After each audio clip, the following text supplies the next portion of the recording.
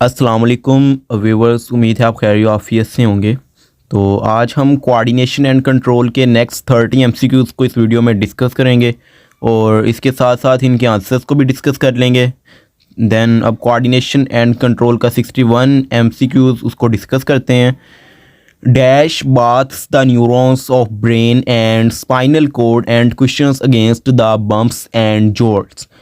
कह रहा है इसमें वो पूछ रहा है कि कौन सी ऐसी चीज़ है जो ब्रेन एंड स्पाइनल कोड के अंदर जो मौजूद न्यूरॉन्स होते हैं उनको मोबाइलिसिटी उनको फ्राहम करता है और ए बम्प्स एंड जोल्ट्स यानी कि किसी भी किस्म की इंजरी या जर्म्स वगैरह के अगेंस्ट जो है उनको प्रोटेक्शन मुहैया करता है, प्रोटेक्शन फ्राहम करता है। तो वो हमने बताना है कि वो कौन सी चीज़ है या कोई फ्लूइड है या कोई ऑर्गन है जो इनको प्रोटेक्ट करता है।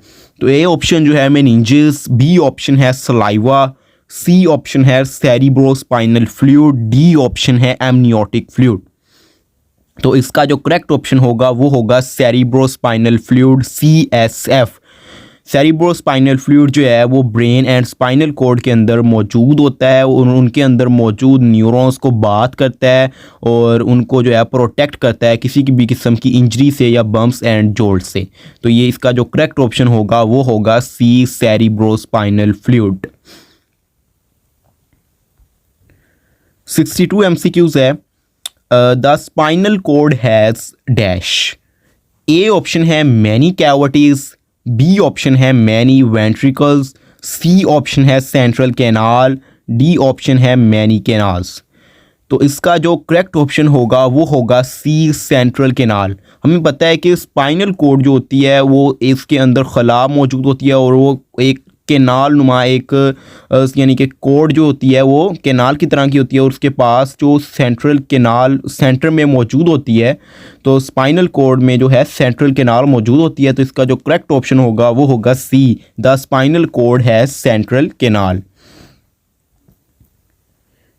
63 MCQs है। 63 MCQs है। Thalamus, limbic system, cerebrum are 3 functional parts of. Thalamus, limbic system and cerebrum ये फंक्शनल पार्ट्स हैं कौन सी ब्रेन के कौन से हिस्से के ये पार्ट्स हैं। ए है फोर ब्रेन, बी है मिड ब्रेन, सी है हाइंड ब्रेन, डी है लिम्बिक सिस्टम।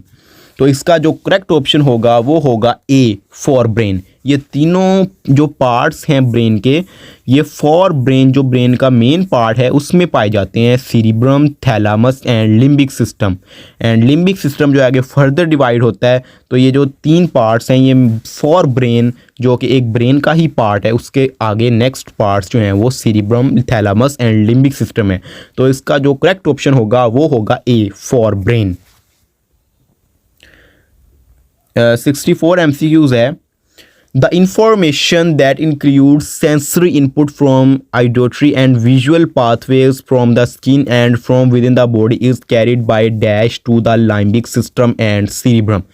कह रहा है कि जो हमारी बॉडी पे मुख्तलिफ़ किस्म के रिसेप्टर्स मौजूद होते हैं, वो जो सब रिसेप्टर्स हैं उनका यही काम होता है कि उन्होंने स्टिमुलाई को डिटेक्ट करना है और नर्व इम्पल्स को सेंड करना है।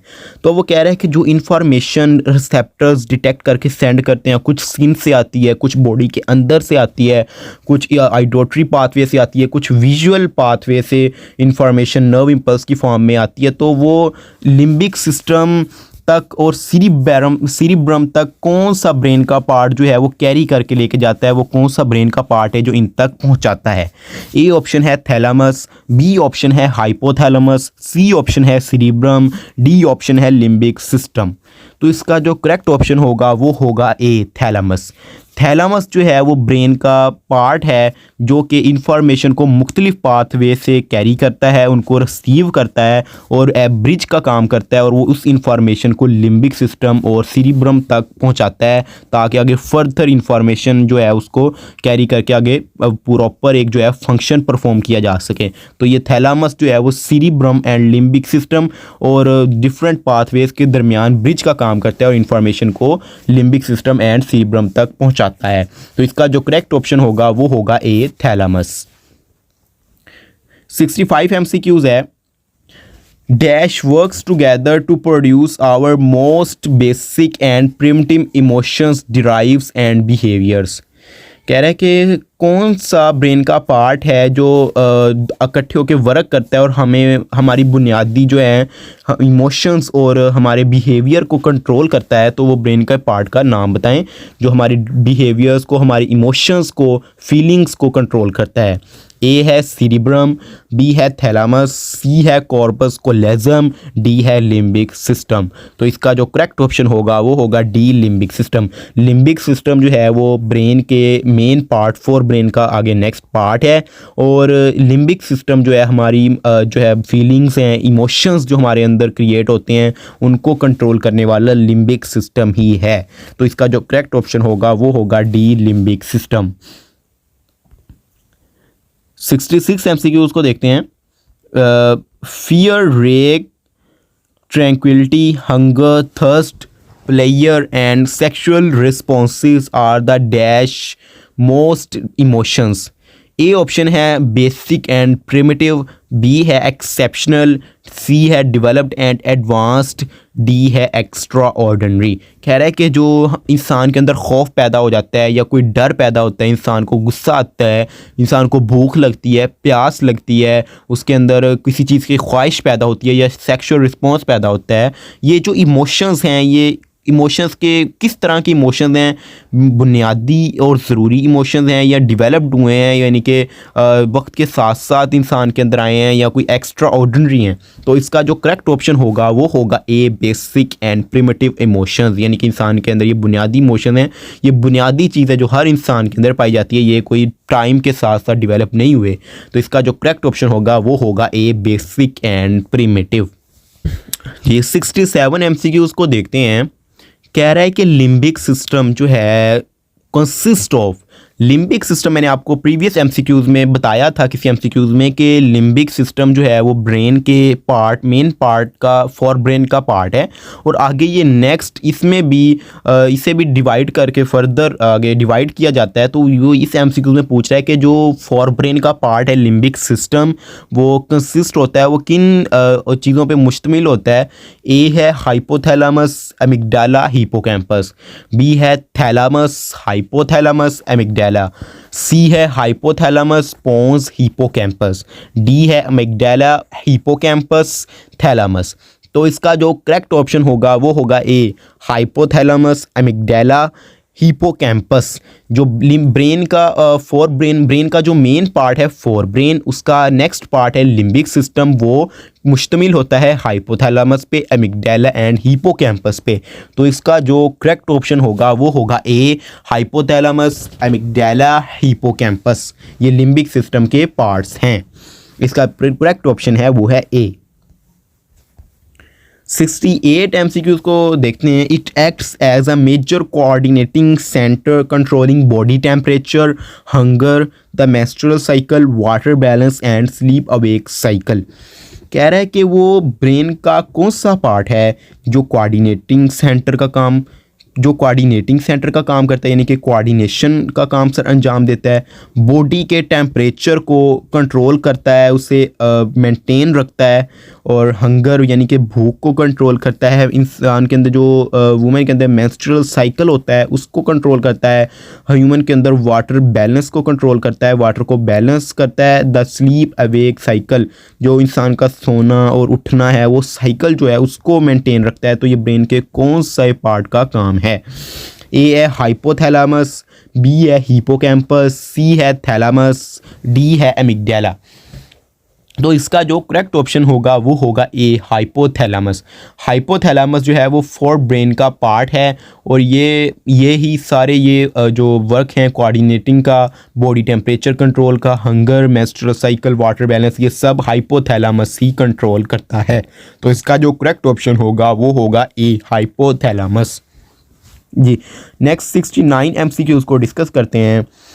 It plays an important role in the formation of long term memories. तो यहाँ पे वो कह रहा है कि ब्रेन के उस पार्ट को बताएं जो कि लॉन्ग टर्म मेमोरीज, हमारी याददाश्त को कंट्रोल करता है, हमारी याददाश्त जो है उसको महफूज करता है और उसको बनाता है। ए है हिपोकैम्पस, बी है अमिगडाला, सी है हाइपोथैलेमस, डी है सीरिब्रम। तो इसका जो करेक्ट ऑप्शन होगा वो होगा ए हिपोकैम्पस।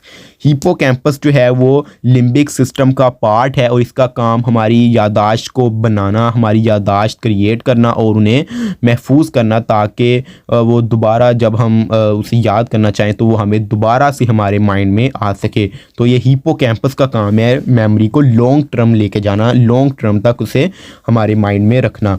तो ये हिपोकैम्पस ही ये वर्क करता है। तो इसका जो करेक्ट ऑप्शन होगा वो होगा ए हिपोकैम्पस। नेक्स्ट 70 एमसीक्यूज को देखते हैं। It is the largest part of brain. कह रहे हैं कि ब्रेन का जो पार्ट है सबसे बड़ा वो कौन सा है। जैसे कि हम जानते हैं कि ब्रेन को डिफरेंट पार्ट्स में डिवाइड किया जाता है, तो कह रहे हैं कि जो सबसे बड़ा पार्ट है ब्रेन का, आपने उसका नाम बताने। ए है सीरिबेलम, बी है अमिगडाला, सी है सीरिब्रम, डी है थैलेमस। तो इसका जो करेक्ट ऑप्शन होगा वो होगा सी सीरिब्रम। सीरिब्रम जो है वो ब्रेन का लार्जेस्ट पार्ट है, सबसे बड़ा पार्ट जो है वो सीरिब्रम ही है। नेक्स्ट 71 एमसीक्यूज को देखते हैं। Cerebrum consist of dash of neurons. कह रहे हैं कि सीरिब्रम जो है ब्रेन का लार्जेस्ट पार्ट है, उसमें कितने तरह के न्यूरॉन्स होते हैं या वो कितने न्यूरॉन्स पर मुश्तमिल होता है। ए है 10 बिलियन, बी है 10 मिलियन, सी है टेंस ऑफ बिलियंस, डी है टेंस ऑफ मिलियंस।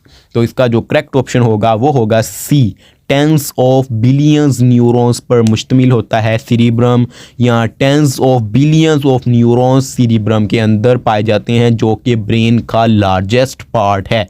तो इसका जो करेक्ट ऑप्शन होगा वो होगा C tens of billions neurons are found in cerebrum which is the largest part of brain. तो इसका करेक्ट ऑप्शन है वो है सी। 72 एमसीक्यूज को देखते हैं। It directs the voluntary movements. जी अब बताना है कि ब्रेन का कौन सा पार्ट है जो वॉलेंट्री मूवमेंट को पहुंचाता है, वो वॉलेंट्री मूवमेंट्स को डायरेक्ट करता है। ए है सीरिब्रल कॉर्टेक्स, बी है सीरिब्रल मेडोला, सी है सीरिब्रल हेमिस्फेयर्स, डी है सीरिबेलम। तो इसका जो करेक्ट ऑप्शन होगा वो होगा ए सीरिब्रल कॉर्टेक्स जो है वो वॉलेंट्री मूवमेंट को डायरेक्ट करता है ताकि वो हमारे कंट्रोल में आ सकें। 73 एमसीक्यूज को देखते हैं। It contains primary sensory areas. कह रहा है कि जो हमारी जो बॉडी है उस पर प्राइमरी बुनियादी सेंसरी एरियाज, जहाँ से हम किसी स्टिमुलाई को डिटेक्ट करते हैं, वो कहाँ पे मौजूद होते हैं। तो ए है सीरिब्रल मेडोला, बी है सीरिब्रल हेमिस्फेयर्स, सी है सीरिब्रल कोलेजम, डी है सीरिब्रल कॉर्टेक्स। तो इसका जो करेक्ट ऑप्शन होगा वो होगा डी सीरिब्रल कॉर्टेक्स जो है यहाँ पे प्राइमरी यानी कि बुनियादी सेंसरी एरियाज मौजूद होते हैं, जो कि स्टिमुलाई को डिटेक्ट करते हैं एंड देन नर्व इम्पल्स को जो है वो आगे जनरेट करके फर्दर आगे जो है वो प्रॉपर एक वर्क परफॉर्म करवाते हैं। तो जो प्राइमरी सेंसरी एरियाज हैं वो सीरिब्रल कॉर्टेक्स पर मौजूद होते हैं। नेक्स्ट 74 एमसीक्यूज को देखते हैं। This area is involved in speech and also receives and interprets sensation of touch from all parts of the body. कह रहे हैं कि वो ब्रेन का कौन सा पार्ट है या वो ब्रेन का कौन सा एरिया है जो स्पीच में भी इन्वॉल्व होता है और जो हमारी बॉडी पे मुख्तलिफ टच अगर कोई होता है, हमारी बॉडी के किसी पार्ट पे कोई टच होती है कोई चीज़ हमें, तो उसको भी उसकी जो स्टिमुलाई उस स्टिमुलाई को भी रिसीव करता है और सेंसेशन को जो है इंटरप्रेट करता है। तो ये ब्रेन के कौन से पार्ट का काम है। ए है सीरिब्रल हेमिस्फेयर्स, बी है सीरिब्रल कॉर्टेक्स, सी है सीरिब्रल कोलेजम, डी है सीरिब्रल मेडोला।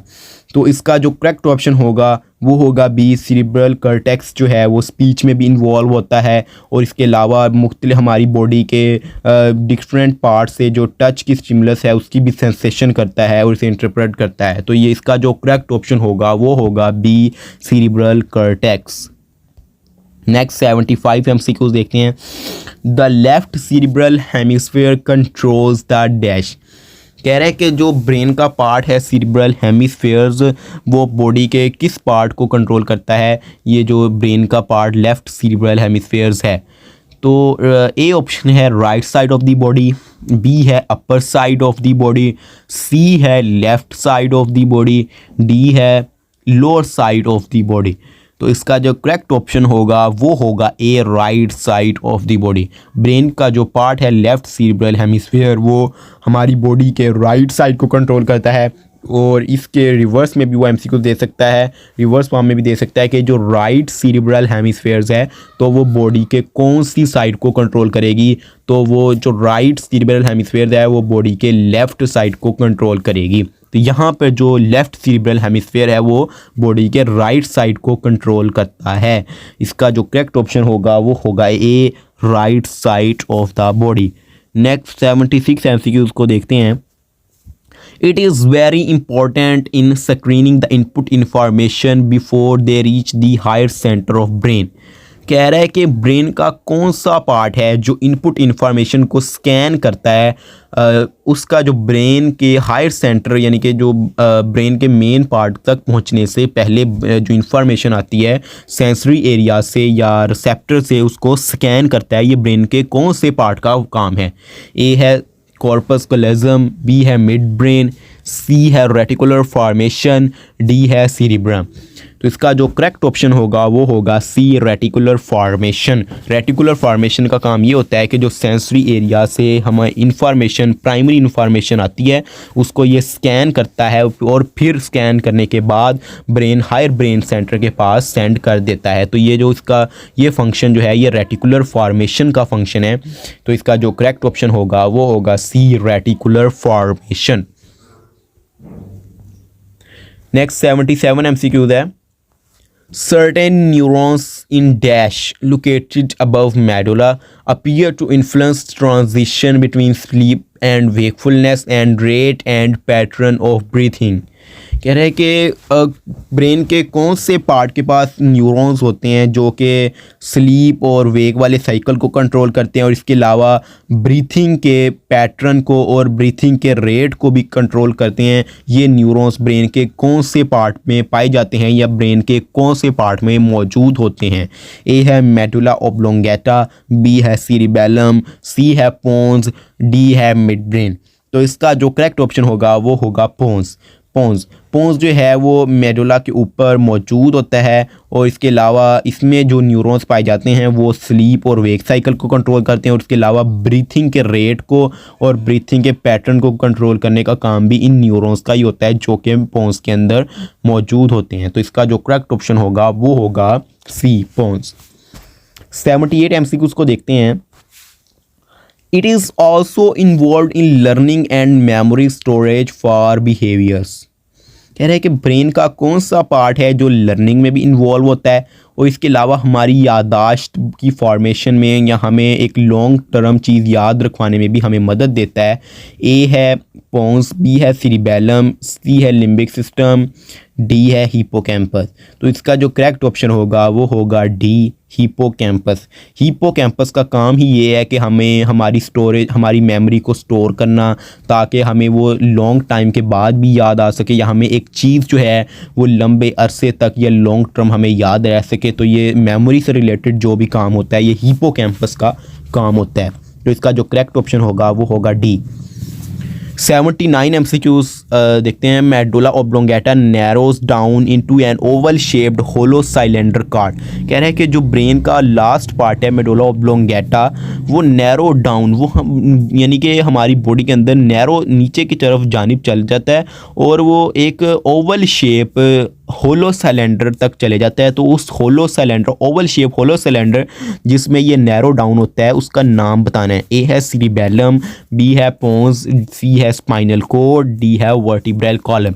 तो इसका जो करेक्ट ऑप्शन होगा वो होगा सी, स्पाइनल कोड जो है एक होलो सिलेंडर की तरह का होता है और मेडुला ऑब्लोंगेटा इसके अंदर नैरो डाउन होता है, इसके साथ मिला हुआ होता है। ब्रेन का जो लास्ट पार्ट है मेडुला ऑब्लोंगेटा वो स्पाइनल कोड तक और वो स्पाइनल कोड के साथ जाके मिल जाता है नैरो में। तो इसका जो करेक्ट ऑप्शन होगा वो होगा सी। 80 एमसीक्यूज को देखते हैं। It runs through the vertebral column.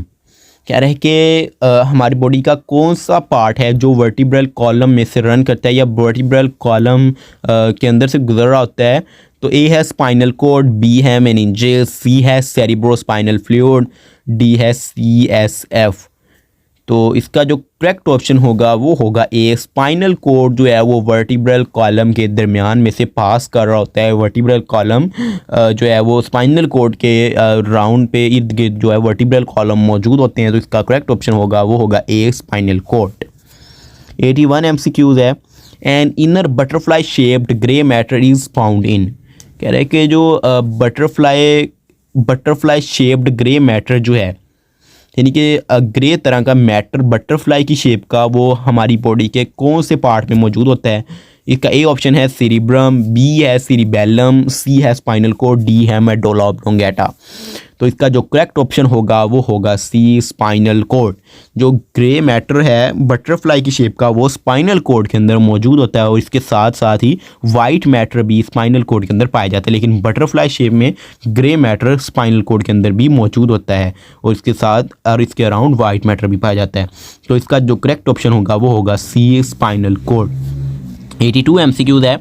White matter of spinal cord is made up of. हम अब वो कह रहा है कि जो स्पाइनल कॉर्ड के अंदर एक तो ग्रे मैटर पाया जाता है बटरफ्लाई शेप का, और उसके अराउंड जो वाइट मैटर होता है वो किन चीज़ों से मिलकर बना होता है या वो किस तरह की चीज़ों पे मुश्तमिल होता है? ए है माइलिनेटेड नर्व फाइबर्स, बी है नॉन माइलिनेटेड नर्व फाइबर्स, सी है माइलिनेटेड नर्व ट्रैक्स, डी है माइलिनेटेड नर्व फाइबर्स और ट्रैक्स। तो इसका जो करेक्ट ऑप्शन होगा वो होगा डी, माइलिनेटेड नर्व फाइबर्स और ट्रैक्स। जो स्पाइनल कॉर्ड का वाइट मैटर है या वाइट कलर का फ्लूइड है वो माइलिनेटेड नर्व फाइबर से मिलकर बना होता है। तो इसका जो करेक्ट ऑप्शन होगा वो होगा डी, माइलिनेटेड नर्व फाइबर्स और ट्रैक्स। 83 MCQs देखते हैं। It is a center of many great reflexes and it serves as a pathway for conduction of impulses to and from different parts of the body and brain। कह रहे हैं कि brain जो कौन सा हमारी बॉडी का पार्ट है जो रिफ्लेक्स एक्शन में भी मेन रोल प्ले करता है और इसके अलावा इम्पल्सिस को यानी कि पाथवे फ्राहम करते हैं, इम्पल्सिस को रास्ता फ्राहम करता है ताकि वो बॉडी और ब्रेन के दरमियान मैसेज को कन्वे कर सकें। और वो बॉडी और ब्रेन के दरमियान जो ब्रिज का काम करता है वो हमारा कौन सा ऑर्गन है? ए है स्पाइनल कॉर्ड, बी है मेडुला ऑब्लोंगेटा, सी है सेरिबेलम, डी है ब्रेन। तो इसका जो करेक्ट ऑप्शन होगा वो होगा A, spinal cord. Spinal cord का पहला फंक्शन तो ये है कि इसने रिफ्लेक्स एक्शन जब होता है, रिफ्लेक्स एक्शन होता है तो उसमें ये पाथवे फ्राहम करते हैं इम्पल्स को पास करने के लिए। और इसके अलावा ब्रेन एंड बॉडी के दरमियान जो भी कम्युनिकेशन होती है, जो भी नर्व इम्पल्स ब्रेन से बॉडी तक आती है या बॉडी से ब्रेन तक जानी होती है वो स्पाइनल कॉर्ड से ही गुजर के जाती है। और ये spinal cord as a pathway, as a bridge जो है वो अपना फंक्शन परफॉर्म करता है। तो इसका जो करेक्ट ऑप्शन होगा वो होगा A, spinal cord. Next 84 MCQs देखते हैं। It acts as relay centre in brain. Brain में रिले सेंटर जो है यानी कि ब्रेन में जो ब्रिज का काम, एक मेन ब्रिज का काम है वो कौन से ब्रेन के पार्ट्स का होता है? ए है थैलामस, बी है मिड ब्रेन, सी है पोन्स, डी है थैलामस एंड मिड ब्रेन। तो इसका जो करेक्ट ऑप्शन होगा वो होगा D, thalamus and mid brain.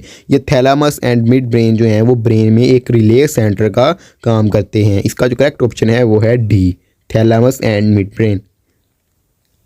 85 MCQs देखते हैं। PNS stands for peripheral nervous system, comprises of dash and dash which may form ganglia and the nerves। कह रहा है कि पेरिफेरल नर्वस सिस्टम में कौन कौन से न्यूरॉन्स पाए जाते हैं जो कि गैंगलिया एंड नर्व्स बनाते हैं बाद में। तो ए है sensory neurons, associative neurons, B है associative neurons, sensory neurons, C है sensory neurons, motor neurons, D है सोमैटिक न्यूरॉन्स, ऑटोनॉमिक न्यूरॉन्स।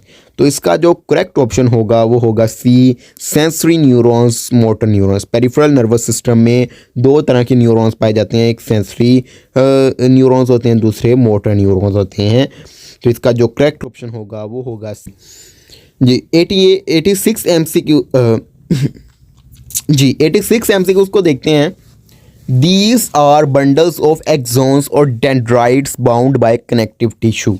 कह रहे हैं कि जब एक्सोन और डेंड्राइट दोनों मिल जाते हैं या bundle of axon and dendrites जो कि कनेक्टिव टिश्यू के ज़रिए आपस में कंबाइन हो जाते हैं या मिल जाते हैं, वो क्या बनाते हैं या वो कौन सी नई चीज़ को क्रिएट करते हैं। ए है द नर्व्स, बी है द गैंग्लिया, सी है ग्रे मैटर्स, डी है स्पाइनल कॉर्ड। तो इसका जो करेक्ट ऑप्शन होगा वो होगा ए द नर्व्स। जो एक्सोन्स एंड डेंड्राइट्स का बंडल है कनेक्टिव टिश्यू के ज़रिए जब बाउंड हो जाता है तो वो कलेक्टिवली नर्व का नाम से दिया जाता है या वो नर्व बना देता है। तो इसका जो करेक्ट ऑप्शन होगा वो होगा ए दी नर्व्स। और ये बेसिकली नर्व्स की डेफिनेशन भी है कि नर्व जो हैं वो एक bundle of exons and dendrites होते हैं जो कि कनेक्टिव टिश्यू के ज़रिए बाउंड हुए होते हैं। तो इसका जो करेक्ट ऑप्शन है वो है ए दी नर्व्स। 87 MCQs है। It may be sensory, motor or mixed depending upon the direction of impulse they conduct। कह रहे हैं कि ये सेंसरी भी हो सकता है, मोटर भी हो सकता है, मिक्स्ड भी हो सकता है। ये किस पे डिपेंड है, ये किस चीज़ पे मुनहसर है कि इम्पल्स की डायरेक्शन किस जानिब है। ये कौन सी चीज़ है जो सेंसरी भी है, मोटर भी है एंड मिक्स्ड भी है, डिपेंड किस पे कर रही है कि इम्पल्स की डायरेक्शन किस जानिब है। ए है न्यूरॉन, बी है नर्व सेल, सी है नर्व, डी है गैंग्लिया। तो इसका जो करेक्ट ऑप्शन होगा वो होगा सी नर्व। नर्व सेंसरी भी हो सकती है, मोटर भी हो सकती है, मिक्स्ड भी हो सकती है। ये किस चीज़ पे डिपेंडेंट है कि इम्पल्स की डायरेक्शन किस जानिब है। अगर इम्पल्स की डायरेक्शन रिसेप्टर से सेंट्रल नर्वस सिस्टम की जानिब होगी तो ये सेंसरी नर्व होगी। अगर ये इम्पल्स की डायरेक्शन सेंसरी से जो इफेक्टर्स की तरफ होगी मोटर होगी एंड देन अगर सेंट्रल नर्वस सिस्टम में मिक्स्ड होगी तो ये नर्व जो है वो सेंसरी भी होती है, मोटर भी होती है और मिक्स भी होती है। तो इसका जो करेक्ट ऑप्शन होगा वो होगा सी नर्व। 88 MCQs है। The stimulus received by the receptors in the skin, which are the endings of sensory neurons, is passed to the motor neurons via the dash neurons। कह रहे हैं कि हमारी स्किन पे या हमारी बॉडी की सरफेस पे जो रिसेप्टर्स मौजूद होते हैं उन्होंने स्टिमुलाई को डिटेक्ट कर लिया जो कि सेंसरी न्यूरॉन्स की एंडिंग में है। तो उन्होंने स्टिमुलाई को डिटेक्ट करने के बाद इस मैसेज को मोटर न्यूरॉन्स तक पहुंचाना है। तो इसमें सेंसरी न्यूरॉन से मोटर न्यूरॉन्स तक जब मैसेज पहुंचता है तो वो किस के ज़रिए से, कौन से न्यूरॉन्स के थ्रू वो मैसेज मोटर न्यूरॉन्स तक कन्वे होता है, या वो कौन सी चीज़ है जो सेंसरी न्यूरॉन और मोटर न्यूरॉन के दरमियान ब्रिज का काम करती है। तो ए है इंटर एंड सोमैटिक, बी है सिंपैथेटिक पैरासिम्पैथेटिक, सी है सोमैटिक ऑटोनोमिक, डी है इंटर और एसोसिएटिव। तो इसका जो करेक्ट ऑप्शन होगा वो होगा डी इंटर और एसोसिएटिव न्यूरॉन। इंटर और एसोसिएटिव न्यूरॉन्स जो हैं वो सेंसरी एंड मोटर न्यूरॉन्स के दरमियान पाए जाते हैं और ब्रिज का काम करते हैं और इन्फॉर्मेशन को जो है वो सेंसरी न्यूरॉन्स से रिसीव करके मोटर न्यूरॉन्स को कन्वे कर देते हैं ताकि एक प्रॉपर फंक्शन परफॉर्म किया जा सके। तो इसका जो करेक्ट ऑप्शन होगा वो होगा डी इंटर और एसोसिएटिव न्यूरॉन्स। 89 MCQs देखते हैं। Biochemical reactions are regulated by. कह रहा है कि बायोकेमिकल रिएक्शंस जो हैं वो कौन रेगुलेट करता है। बायोकेमिकल रिएक्शंस जो हैं इंसान के अंदर पाए जाने वाले रिएक्शंस हैं, एक लिविंग ऑर्गेनिज्म के अंदर पाए जाने वाले रिएक्शंस हैं। तो ए है एंजाइम्स, बी है कोएंजाइम्स, डी सी है हार्मोन्स, डी है कोफैक्टर्स। तो इसका जो करेक्ट ऑप्शन होगा वो होगा सी हार्मोन्स। हार्मोन्स जो हैं वो हमारी बॉडी के अंदर मौजूद होते हैं और ये एंडोक्राइन सिस्टम या एक्सोक्राइन सिस्टम के थ्रू हमारी बॉडी के सारे केमिकल रिएक्शंस जो हो रहे हैं उनको रेगुलेट करते हैं, उनको कंट्रोल करते हैं ताकि हम एक प्रॉपर फंक्शन परफॉर्म कर सकें, हमारी बॉडी नॉर्मली जो है वो तमाम फंक्शंस को परफॉर्म कर सके। तो इसका जो करेक्ट ऑप्शन होगा वो होगा सी हार्मोन्स। 90 MCQs है, last MCQs of this video. 90 MCQs, long term changes in our body are regulated by. कह रहे हैं कि जो हमारी बॉडी के अंदर लॉन्ग टर्म चेंजेस होती हैं जो कि लंबे अरसे तक रहनी होती है, ऐसी चेंज जो है वो कौन रेगुलेट करता है या वो कौन सी चीज़ है जो ऐसी हमारी बॉडी के अंदर चेंज को, हमारी बॉडी के अंदर ऐसी लॉन्ग टर्म चेंजेस लाती है। ए है एंजाइम, बी है न्यूरॉन, सी है सेंट्रल नर्वस सिस्टम, डी है हार्मोन। तो इसका जो करेक्ट ऑप्शन होगा वो होगा डी हार्मोन्स। हार्मोन्स जो हैं वो हमारी बॉडी के अंदर डिफरेंट केमिकल रिएक्शंस को रेगुलेट करते हैं और उन केमिकल रिएक्शंस के नतीजे में ही जो है हमारी बॉडी में लॉन्ग टर्म चेंजेस भी आ जाती हैं। तो इसका जो करेक्ट ऑप्शन होगा वो होगा डी हार्मोन्स। ओके, आज हमारे ये 30 MCQs जो हैं वो कंप्लीट हो गए हैं। बाकी नेक्स्ट MCQs जो है वो हम नेक्स्ट वीडियो में डिस्कस करेंगे।